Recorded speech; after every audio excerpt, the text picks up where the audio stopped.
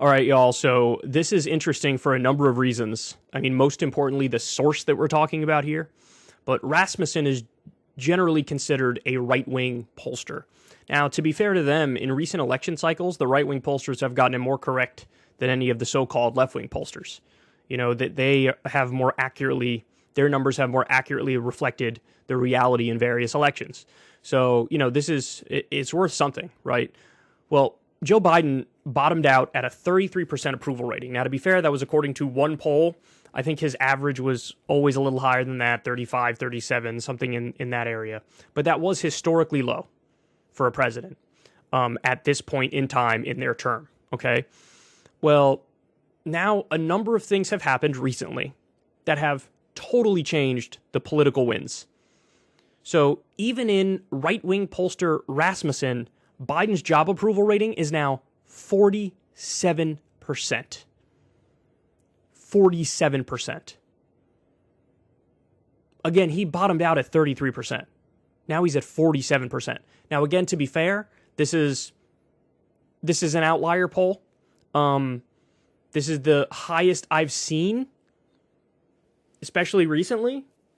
But, you know, I'll make a prediction to you guys right now. You're going to see a number of the polls now between, 45% and 50%. His numbers are going to go up.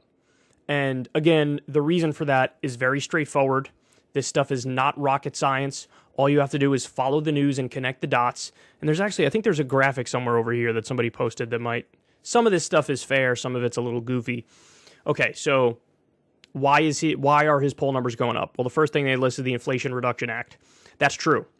I mean, 15% corporate minimum tax rate, $64 billion more towards Obamacare, which goes, of course, towards people's health care. You have electric vehicle tax credits to the tune of whatever it was, $6,000. A whole bunch of green investment as part of this as well. So there are issues with it, of course. It's literally a shadow of what Build Back Better was when we were debating Build Back Better. That legislation should have been passed, and then his approval rating would be even higher. But in terms of, is the public going to look at that and say, we like it, and kick his poll numbers up? Yes, they are.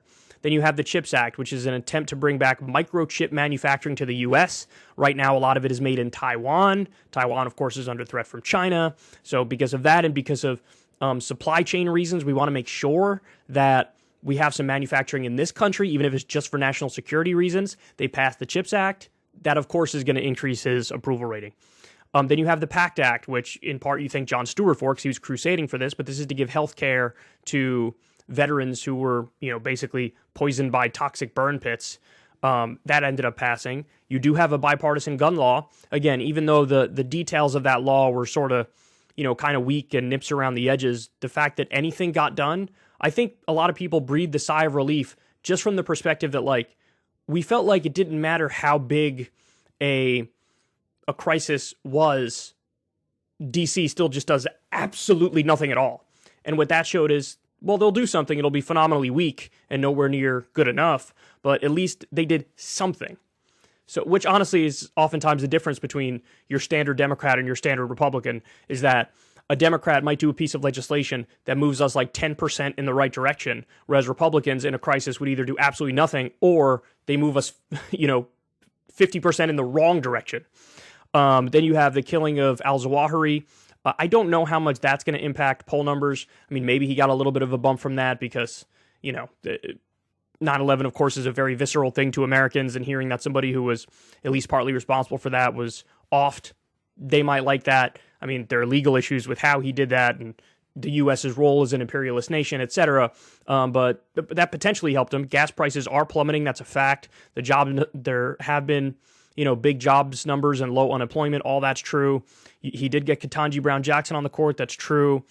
Here's where we get a little goofy, leading support for Ukraine. I mean, look, I saw a report yesterday that they're sending another multi-billion-dollar package to Ukraine.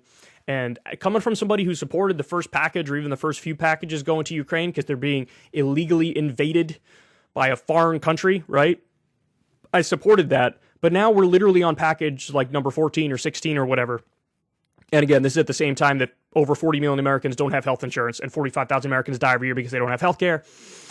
I sort of want to fix that stuff before we send any more to Ukraine. And honestly, at this point, this is just a slush fund for the military-industrial complex. It's a slush fund for the so-called defense contractors. They're getting rich off of this. So that's a little goofy. The expansion of NATO thing is goofy because they voted on it, but they're still not actually going to be in NATO. Of course, I'm talking about like Finland and Sweden, because NATO themselves would have to accept them, and I don't think they're actually going to accept them.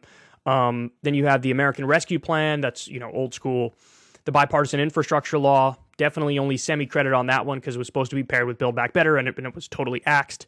And what is this missing? Oh yeah, it's missing the obvious thing, which is the way Republicans are acting is helping Joe Biden and the Democrats. There's no doubt about it. There's a reason why, Biden's numbers are as high as they are.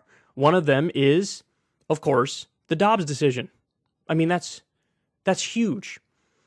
In other words, the overturning of Roe versus Wade. That's gigantic. That's not a popular thing in this country. And now you see all these horror stories from around the country of 10-year-old rape victims being denied abortions, or, 16-year-old being told she's not mature enough to get an abortion, but she is mature enough to raise a kid. Or in Louisiana, a skullless fetus being forced to be carried to term. I mean, this is psycho stuff, and Americans are against it. And so the overturning of Roe has made normies run into the arms of Democrats. It's just true. It's just what's happening. And then sprinkle on top of that, you have Clarence Thomas out there saying, let's go after gay marriage next. Let's go after the right to contraception next. You have literal votes in the House of Representatives where 195 Republicans vote against a right to contraception. 195. 157 Republicans vote against gay marriage. I mean, guys, this is total psycho stuff here. This is, out of this world. So, why are Biden's poll numbers going up? It's literally everything I just laid out there for you. He sort of, how they say sometimes like, oh, they peaked too early when talking about a professional athlete or something, like, oh, they had their best stuff, 2 weeks before the big game when it was like a nothing game. It was sort of like the opposite here with Biden. He bottomed out at seemingly the right time. Like his 33% approval number was sort of in the dead zone of his term, whereas now some things are coming together, which are making his numbers go up. So, I mean, wow, that's something, man. 47% in Rasmussen. 47% in Rasmussen. I would expect a 47% or something like that from, YouGov or Quinnipiac or some polling outlet like that. I would not expect it from Rasmussen. So the fact that it's in Rasmussen might say something pretty deep. If you want to see me and Crystal Ball interview legends like Noam Chomsky, Cornel West, and more, subscribe to Crystal Kyle and Friends on Substack.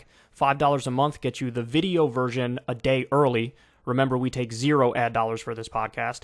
Or you can sign up on Substack for free and get the audio version a day later. Link in the video description box below.